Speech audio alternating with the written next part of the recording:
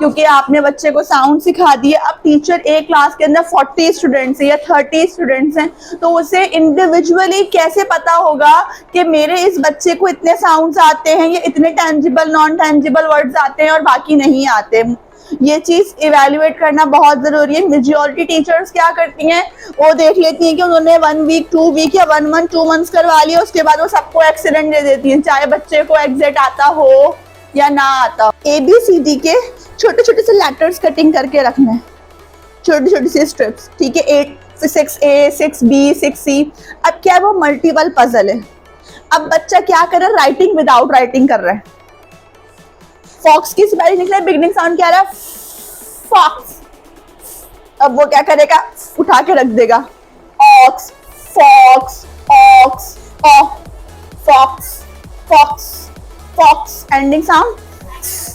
तो अब क्या होगा, वो पुट कर देगा। अगर वो सही नहीं कर रहा तो आपको पता है ना, इवैल्यूएशन शीट में आप लिख देंगे नहीं आता, इसका मतलब कि मुझे 5 स्पेलिंग्स में से 2 स्पेलिंग्स पर मेहनत करनी है और इन बच्चों पे करनी है।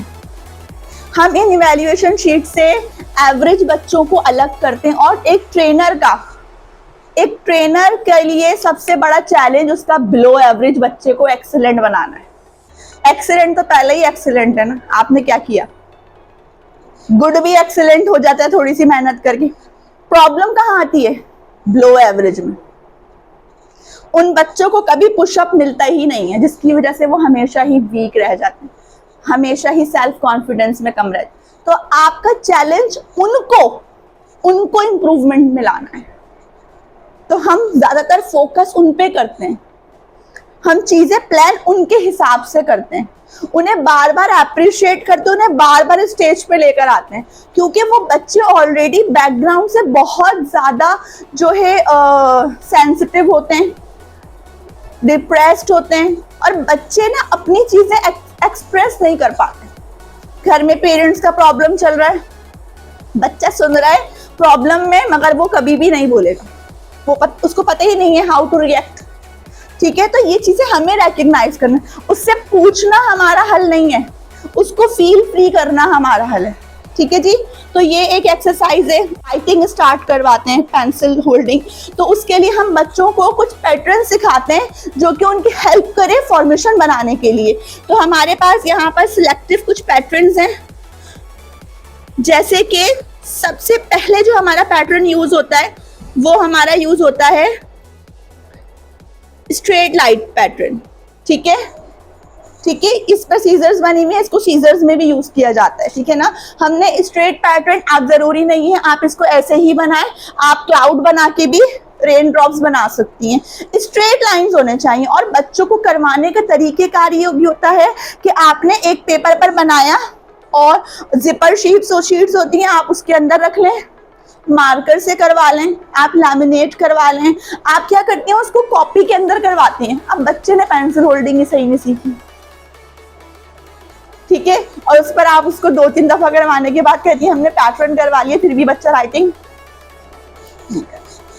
ठीक है। तो इन चीजों का ख्याल रखना है। इसको करवाने का तरीका क्या है, यहाँ पर डॉट स्टार्ट है, आप पेंसिल से मार्कर से डॉट करेंगी, बच्चे को पहले टीचर करके बताएगी।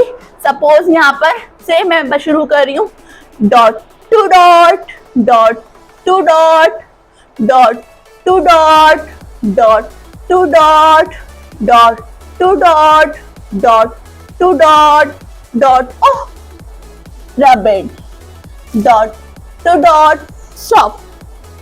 क्यों किया, बच्चे ने आपके एक्शन को फॉलो किया, उसने देखा कि आपने बहुत ही स्लोली और कॉन्सेंट्रेट के साथ ट्रेसिंग करी।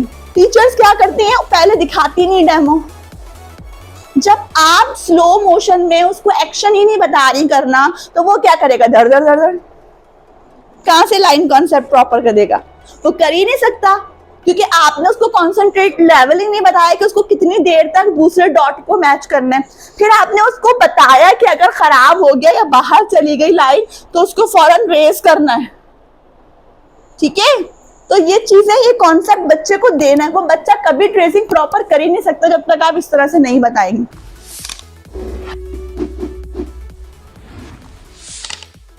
है।